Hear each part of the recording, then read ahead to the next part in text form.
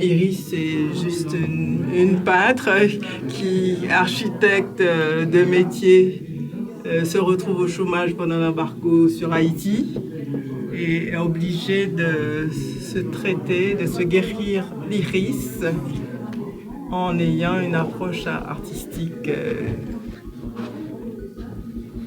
tout à fait une thérapie, on va dire. Ça a commencé comme ça, c'est-à-dire que la peinture m'a guéri de cette maladie. Et puis, elle a pris le dessus sur un petit peu tout, sur ma vie, sur l'architecture. Et à un moment, je me suis vraiment adonnée à ça. Et là, pour le moment, je travaille des heures par jour, plusieurs heures par jour, et j'y trouve tout mon bonheur. Donc, je vous accueille dans un bel écrin, qui m'est justement offert par des amis qui apprécient mon travail depuis plus de 20 ans maintenant et qui me donnent l'opportunité d'exposer de temps en temps en privé, de montrer mon travail annuel quand je suis en France parce que j'habite et je travaille dans 3 pays donc j'ai des ateliers dans ces 3 pays et chaque fois, au lieu de faire voyager les œuvres, je les expose.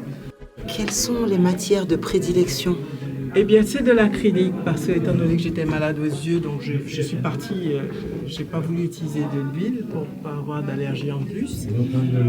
Mais comme je n'avais pas appris à peindre, que je suis autodidacte, j'ai développé une technique matiériste, un mélange d'acrylique, qui m'a permis aussi, en tant qu'architecte, de retrouver la 3e dimension. Parce qu'il y a beaucoup de textures, donc je peux travailler avec mes doigts, je peux modeler la peinture. Comme là, il y a un petit peu de... Ici, là, ça peut se voir. Mais cette technique, elle m'a permis de m'épanouir. Et surtout, elle me permet, avec la superposition des couches de peinture que je mets, de donner la profondeur. Et puis surtout, de chercher la lumière, parce que mon travail, c'est une quête de lumière. C'est me plonger un petit peu dans ces mondes, tous ces mondes, et retrouver tous ces êtres, et savoir que nous sommes tous unis et rentrer dans cet univers. Donc c'est un petit peu ça, cette peinture, ça me permet vraiment de rentrer en contact avec tout l'univers. Quelle est votre couleur préférée? Eh bien, on va dire le bleu, parce qu'il m'a accompagné.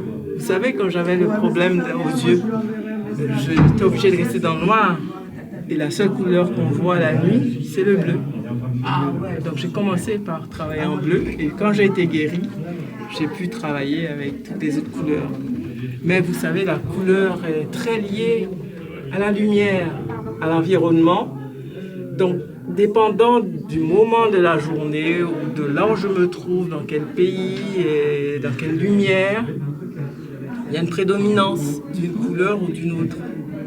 Et quand on est au soleil, on a plus tendance à utiliser des couleurs plus vives. Et voilà, j'ai fait une production en Dordogne où j'ai eu des couleurs très ocre, beaucoup d'ocre.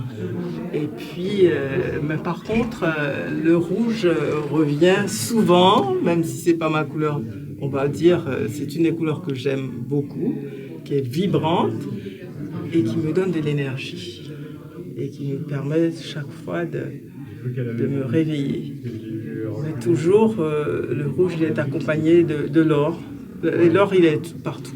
Parce que cette recherche de lumière, on va dire, c'est comme une démarche chez moi. C'est surtout ça. Originaire d'Haïti, haïtienne que j'ai vécu toute ma vie en Haïti, sauf un petit épisode aux études à Paris. Et après retour en Haïti, et puis à partir de la peinture, forcément, une aventure vers l'étranger, vers les expositions, et c'est surtout ça. Et puis après, il y a eu d'autres aventures en France, des cours d'art aussi qui m'ont emmené souvent loin d'Haïti, mais bon, j'y reviens toujours. Et l'inspiration, je vais dire l'énergie de mon inspiration, elle est haïtienne. Elle est haïtienne. Parce que je ne peux pas l'expliquer, ni je ne peux pas la décrire, mais je sais que je la sens et je sais qu'elle passe. Quel que soit l'endroit où je me trouve, elle passe et c'est elle me Le féminin sacré. Le féminin sacré, pour moi, c'est ça.